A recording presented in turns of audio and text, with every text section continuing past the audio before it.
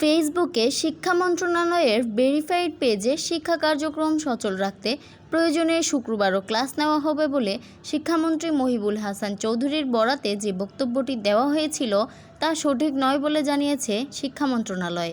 এই বিষয়ে কোনো সিদ্ধান্ত নেওয়া হয়নি বলেও জানিয়েছে মন্ত্রণালয়। শিক্ষা মন্ত্রণালয়ের তথ্য ও জনসংযোগ কর্মকর্তা বলেন, কারিগরি ত্রুটির কারণে ভুল করে তথ্যটি ফেসবুকে পোস্ট করা হয়েছিল। পোস্টটি সরিয়ে নেওয়া হয়েছে। এ বিষয়ে ফেসবুক পেজে নতুন পোস্টে শিক্ষা মন্ত্রণালয় বলেছে, শুক্রবার শিক্ষা খোলার বিষয়ের শিক্ষা মন্ত্রণালয়ের ভেরিফাইড পেজে মাননীয় শিক্ষামন্ত্রীর বরাতে দেওয়া তথ্য ভুলবশত পোস্ট করা হয়েছে।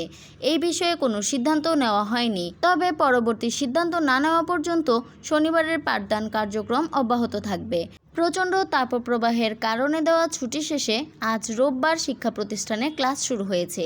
শিক্ষা মন্ত্রণালয় আগেই ঘোষণা দিয়েছে, পরবর্তী নির্দেশ না দেওয়া পর্যন্ত শনিবারও ক্লাস চলবে। এর মধ্যেই আজ রোববার ফেসবুকে শিক্ষা মন্ত্রণালয়ের ভেরিফাইড অ্যাকাউন্টে শিক্ষামন্ত্রীর বরাতে বলা হয়েছিল, আমাদের এখন বছরের স্কুলের মোট কর্মদিবস 185টি। এর মধ্যে 20 দিন নতুন শিক্ষাক্রমের মূল্যায়নের জন্য রাখা হয়েছে। স্কুলের কর্মদিবস যদি আরও কমে যায়, শিক্ষা কার্যক্রম সচল রাখতে প্রয়োজনে শুক্রবারও ক্লাস নেওয়া হবে, যা ভুল করে পোস্ট হয়েছিল বলে জানালো শিক্ষা মন্ত্রণালয়।